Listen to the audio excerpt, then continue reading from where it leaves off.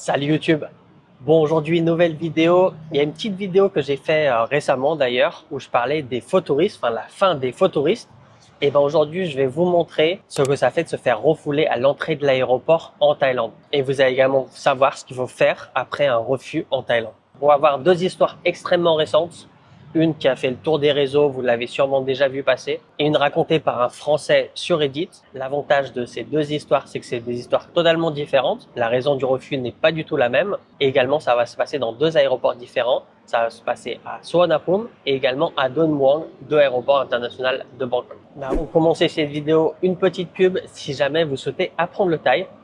Quand je dis apprendre le thaï, c'est apprendre le vrai thaï, celui qu'on utilise au quotidien, dans la vie de tous les jours.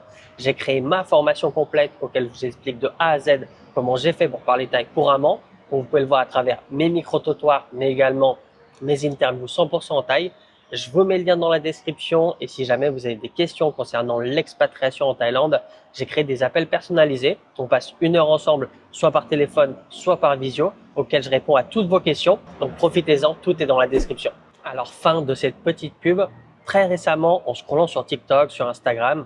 D'ailleurs, si vous ne me suivez pas encore, le lien est dans la description. N'hésitez pas à me suivre sur Insta, sur TikTok, parce que je poste du contenu totalement différent de YouTube. Et justement, en scrollant, je tombe sur des personnes qui se font refouler de Thaïlande. Depuis ce changement de règles auprès de l'immigration, la fin des faux touristes, il y a eu pas mal de personnes qui sont fait refuser de Thaïlande. Et certaines personnes sont des créateurs ou des gens lambda qui partagent leurs histoires via des vidéos courtes. Donc, comme je vous disais, on va commencer par l'histoire la plus fameuse. Elle est passée dans tous les médias thaïlandais. C'est une femme qui se fait refuser l'entrée à Don Muang Airport. Alors, je vous mets tout de suite le contexte. On va suivre une Anglaise qui vient tout droit du Vietnam. Elle n'a jamais eu d'overstay en Thaïlande et n'a jamais fait de visa run également. Mais par contre, récemment, elle a passé pas mal de temps en Thaïlande. Donc, elle arrive en Thaïlande, là, il y a quelques semaines, début décembre, via l'aéroport de Don Muang, tout droit du Vietnam, comme je vous disais. Et elle a passé une quarantaine de jours au Vietnam. Donc, elle a vraiment pas fait un visa run. Elle est partie au Vietnam pour des vacances. Avant ça, elle était en Thaïlande. Et elle a bien aimé la Thaïlande, elle décide d'y retourner. Sauf que par contre, pas de chance pour elle, elle se voit refuser l'entrée en Thaïlande. Alors à ce moment-là, il est environ 4 heures de l'après-midi. Vous allez voir, ça a son importance. Et sans réelle explication, ou du moins c'est ce qu'elle dit, elle se voit déjà refuser l'entrée. Et puis, il y a personne qui l'accompagne, lui dire où est-ce qu'il faut qu'elle aille et ce qu'elle doit faire. La même chose pour ses bagages en soute. Elle se balade pas avec un sac à dos. Comme je vous disais, elle a passé 45 jours au Vietnam. Donc elle a un gros bagage en soute qui est arrivé à Bangkok. Mais personne ne lui dit où c'est que ça va aller. Malgré tout, elle a été amenée un petit peu à la prison de l'aéroport. C'est la fameuse Immigration Holding Room. Je vous montre à quoi ça ressemble via sa vidéo. C'est un petit peu la prison de l'aéroport. C'est là où on va mettre toutes les personnes qui sont fait refuser l'entrée en Thaïlande le temps qu'ils prennent un avion pour quitter le territoire. Et son attente dans cet endroit fut long, très long même. Elle a pu prendre son avion seulement à 6h30 du matin le lendemain. Soit elle a passé environ 14 heures dans cette holding room dans l'aéroport. Alors là, vous vous demandez peut-être, mais pourquoi ça a été aussi long? Alors déjà, ce qu'il faut savoir, c'est que quand vous faites refuser de Thaïlande, il n'y a pas 150 000 solutions pour partir d'ici. C'est soit vous rentrez dans votre pays d'origine, dans lequel votre passeport provient. Par exemple, la France, si vous avez un passeport français, et ça même si vous vivez pas en France, par exemple, je sais pas, vous avez fait toute vos vies à Singapour. Et sinon, la deuxième solution, justement, pour contrer ce genre de choses, les gens qui travaillent dans d'autres pays, c'est de repartir dans le pays de quel vous provenez. Donc là, dans ce cas-là, du Vietnam, comme elle venait du Vietnam. Et chose très importante, c'est avec la même compagnie aérienne. Donc, par exemple, si vous venez d'un endroit auquel il faut faire une demande de visa au préalable, comme la Chine avant, comme vous ne pourrez pas faire le visa depuis l'endroit de l'immigration, eh ben, vous devrez partir directement dans votre pays d'origine. Donc voilà pourquoi il s'est passé autant de temps, environ 14 heures, avant qu'elle puisse quitter le pays.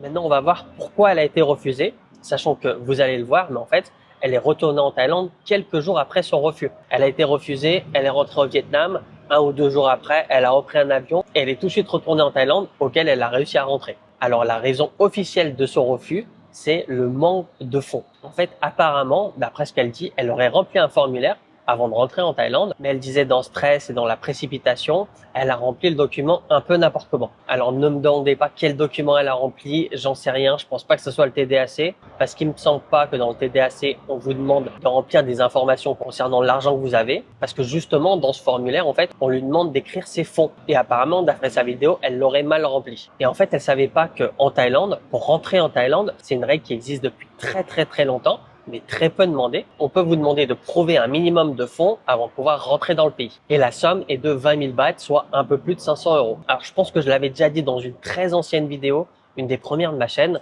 auquel j'avais un ami qui rentrait de Dubaï et qui s'est vu refuser son entrée en Thaïlande pour exactement la même chose. C'était, il me semble, en 2019, car lui aussi, en fait, il avait pas sur lui 20 000 bahts. Enfin bref, donc elle suit pas mes vidéos, donc elle n'était pas du tout au courant. Et apparemment, personne ne lui a demandé correctement. Et ça, même quand elle arrivait devant l'agent de l'immigration, et non, elle disait dans sa vidéo, elle aurait réglé le problème très rapidement, elle serait allée dans un ATM et elle aurait retiré pas mal d'argent. Mais non, elle a été renvoyée directement à la holding room, sauf qu'une fois là-bas, en fait, personne ne lui explique ce qu'elle doit faire. On lui dit juste, tu vas ici, tu restes ici, et puis les agents partent. C'est seulement les autres personnes qui étaient présentes dans cette chambre, donc les autres personnes qui sont fait refuser de Thaïlande, qui lui ont expliqué les démarches à faire. Donc comme je vous disais un peu plus tôt, elle a dû acheter à ses frais, bien entendu, un billet pour le Vietnam parce qu'elle ne souhaitait pas rentrer dans son pays d'origine. Et ça avec la même compagnie aérienne. C'est exactement pour ça qu'elle a attendu aussi longtemps. En fait, pour aller au Vietnam de Don Muang, les vols se font en général le matin. Et durant son temps d'attente, vous doutez 14 heures, on a le temps de discuter, de parler à des gens. Elle a parlé à plusieurs gens de la sécurité, mais est-ce qu'il existe un autre moyen pour moi de retourner en Thaïlande? Et tous les agents de la sécurité lui ont dit de revenir en Thaïlande via un autre point d'entrée, sans lui dire s'il y avait un minimum de temps à respecter. Et c'est quelques jours plus tard qu'elle fait un nouveau TikTok, cette fois-ci depuis la Thaïlande, et elle nous explique tout ça. Donc voilà, maintenant vous savez, quand vous venez en Thaïlande, ayez au minimum 20 000 bahts sur vous. Alors, pas forcément des bahts, hein. Si vous venez de l'étranger, vous n'allez pas forcément avoir des bahts avec vous, mais l'équivalent de 20 000 bahts dans votre monnaie, parce que même si c'est extrêmement rare, à tout moment, on peut vous le demander et comme elle, vous pouvez vous faire refuser l'entrée. D'ailleurs, dites-moi en commentaire si ça vous est déjà arrivé. Moi, personnellement, ça m'est jamais arrivé, mais comme je vous disais un peu plus tôt, un de mes amis, ça lui est arrivé en 2019. Donc, vous voyez, c'est pas une nouvelle règle. Bon, maintenant, on va parler d'une histoire encore plus récente. C'est un post Reddit qui date d'il y a quelques jours. On va suivre un Français qui voulait venir en Thaïlande et qui, lui, s'est vu refuser son entrée depuis Suvarnabhumi, donc le plus grand aéroport de Bangkok. Donc, c'est un post sur Reddit. Je vous mets le lien dans la description. Ce Français est marié depuis 4 ans avec une femme thaïlandaise. À eux deux, ils possèdent une maison à Bangkok et il a également travaillé pendant environ 8 ans en Thaïlande, légalement, hein, avec un visa de travail, un work permit. Mais depuis l'année dernière, il travaille plus en Thaïlande, il travaille avec sa famille en Europe, en Suède, pour être un peu plus précis. Et donc en novembre 2024, soit il y a un an, il revient en Thaïlande pour passer des vacances et du temps auprès de sa femme. Il y reste 6 mois jusqu'à mai 2025 de cette année. Il est venu en exemption de visa, donc il y a passé 2 mois. Puis à la fin de ces 2 mois, il a fait un visa run dans un pays limitrophe. Puis il est revenu, il a eu encore 2 mois. Il a refait un visa run pour avoir encore 2 mois. Pour y rester, comme je vous disais, 6 mois, donc jusqu'à mai 2025. En mai, donc, il finit ses vacances et décide de repartir travailler en Suède, à Stockholm, pour être plus précis, auprès de son entreprise familiale. Puis il finit de travailler en fin de cette année 2025. Puis il se dit, il va repasser ses vacances en Thaïlande auprès de sa femme.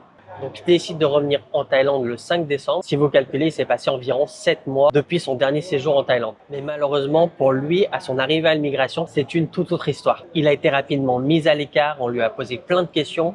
Pourquoi il vient en Thaïlande? Qu'est-ce qu'il fait ici? Et lui, il lui a expliqué tout simplement, voilà, je suis marié avec une femme thaïlandaise. Avant, je travaillais en Thaïlande, maintenant c'est plus le cas. Je travaille avec ma famille en Suède et je viens juste revoir ma femme en fait. Et il lui montre qu'il a un billet de retour dans 60 jours parce qu'il compte rentrer travailler dans 60 jours. Donc en début d'année 2026. Mais l'agent de l'immigration, lui, trouve ça chelou et décide de lui refuser son entrée en Thaïlande. Il lui a dit qu'il a passé beaucoup trop de temps en Thaïlande, même si sur l'année 2025, il a passé que 5 mois. Lui aussi, il a tout de suite été envoyé à la cellule de l'aéroport. Je vous montre la photo qu'il a postée, où il y passera la nuit et achètera un nouveau billet d'avion pour Stockholm. Et l'agent lui a dit que s'il souhaite revenir en Thaïlande, il doit venir avec le bon visa, un visa non au mariage. Car apparemment, il y aurait écrit quelque chose sur son dossier pour l'empêcher de rentrer autrement. Alors déjà, cette histoire, elle met fin un petit peu à l'histoire des gourous, ce que j'appelle en Thaïlande. J'avais déjà eu des commentaires sur ma dernière vidéo quand je parlais des faux touristes. Il y avait des gens qui disaient vous devez passer moins de 6 mois en Thaïlande. Et on avait d'autres qui disaient oui, vous devez rentrer en Europe avant de pouvoir revenir en Thaïlande. Lui, pour son cas, il est rentré en Europe 7 mois et il a quand même été refusé de Thaïlande. Donc, je vous le redis encore une fois, et ces deux histoires le prouvent, il n'existe aucune règle absolue sur l'immigration en Thaïlande. Parce que les règles sont interprétées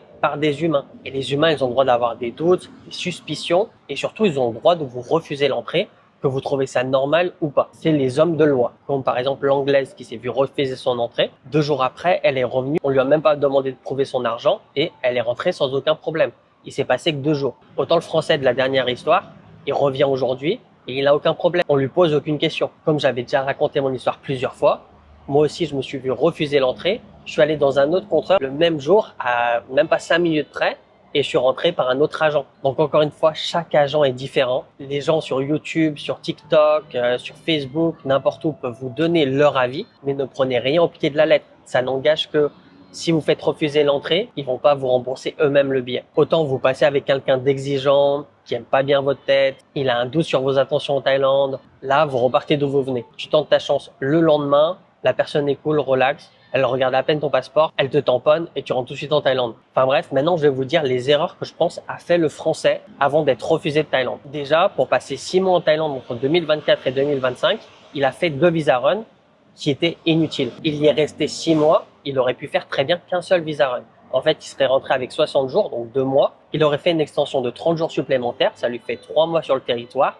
Il fait un visa run, il fait la même chose, 2 mois plus 1 mois. Déjà, ça, c'est la première erreur, c'est faire un visa run inutilement. Surtout que je vous rappelle, en début d'année, il n'y avait pas encore eu de changement de règles auquel c'était beaucoup plus strict pour les visa runs. Ensuite, deuxième erreur, c'est la plus grosse erreur, je pense, c'est la raison principale pourquoi elle a été refusée, c'est qu'il est marié à une Thaïlandaise et qu'il n'est pas sous visa mariage. Je comprends pas ces gens-là, c'est pas le seul, hein. Il y en a plein, mais vraiment, je les comprends pas. J'en vois d'autres sur TikTok qui ont des business. Alors, ils travaillent pas en Thaïlande, juste ils ont investi de l'argent, donc ils n'ont pas forcément besoin d'un work permit, d'un visa B, mais ils sont en exemption de visa, en visa DTV, alors qu'ils sont mariés à une Thaïlandaise. Ils pourraient très bien être sous visa mariage. Pour moi, ça paraît logique, t'es marié, t'es sous visa mariage. Après, je peux comprendre les gens qui n'ont pas l'argent nécessaire, enfin les fonds, à bloquer pour une longue période sur leur compte en banque, soit 400 000 bahts, un peu plus de 10 000 euros. Mais sinon, à part cette excuse, vraiment, je les comprends pas. Un visa mariage, c'est 1900 bahts. C'est beaucoup moins cher que faire n'importe quel visa run. Le visa du Laos, c'est 40 $.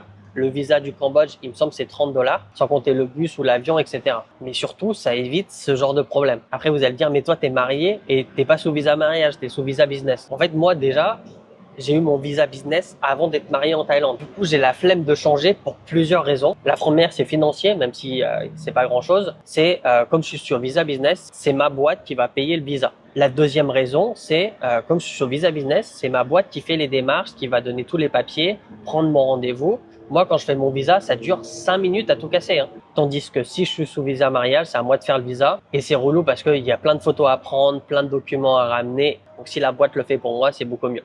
Et la dernière raison, c'est tout simplement parce que c'est une galère de changer mon visa. Parce que la boîte, elle n'est pas enregistrée à Bangkok, elle est enregistrée dans une autre province. Et comme moi, je suis à Bangkok, ça veut dire qu'il faut que j'aille dans cette province, annuler mon visa. Et dans la même journée, il faut que j'aille à Bangkok pour faire le changement de visa. Parce que comme c'est dans 2 provinces, ils peuvent pas te changer le visa. Enfin bref, c'est une vraie galère. C'est juste pour ça que je suis pas sous visa mariage.